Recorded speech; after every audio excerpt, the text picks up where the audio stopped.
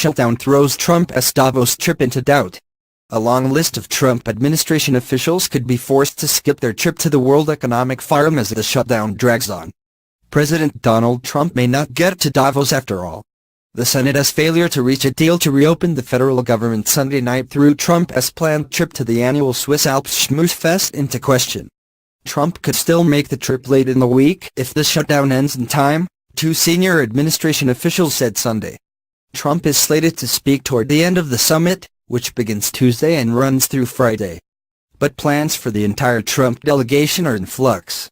The Senate has another vote scheduled for Monday at noon to reopen the government, but passage is not assured.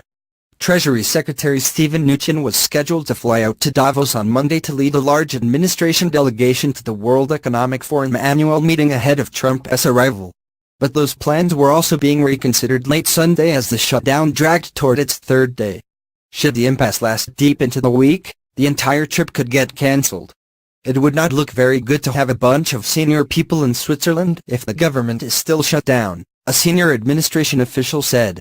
In addition to Trump, the large Davos delegation was set to include Chief of Staff John Kelly, National Security Advisor H.R. McMaster, National Economic Council Director Gary Cohn, and other senior staff, as well as several other cabinet secretaries and Jared Kushner, Trump's son-in-law. Office of Management and Budget Director Mick Mulvaney over the weekend said the White House was taking the Davos decision on a day-to-day basis.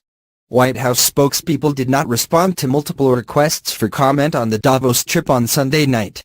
Trump's decision to go to the well-heeled gathering known for hosting world leaders, billionaire bankers and A-list celebrities came as something of a surprise for a man who used his presidential campaign to rail against Wall Street elites. Mnuchin last week defended the decision. "I don't think it's a hangout for globalists," he told reporters of the Davos gathering. "I think the idea is that the economic team will go over and talk about the America First economic strategy."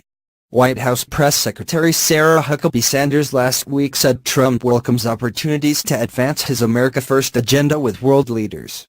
Trump's planned appearance has created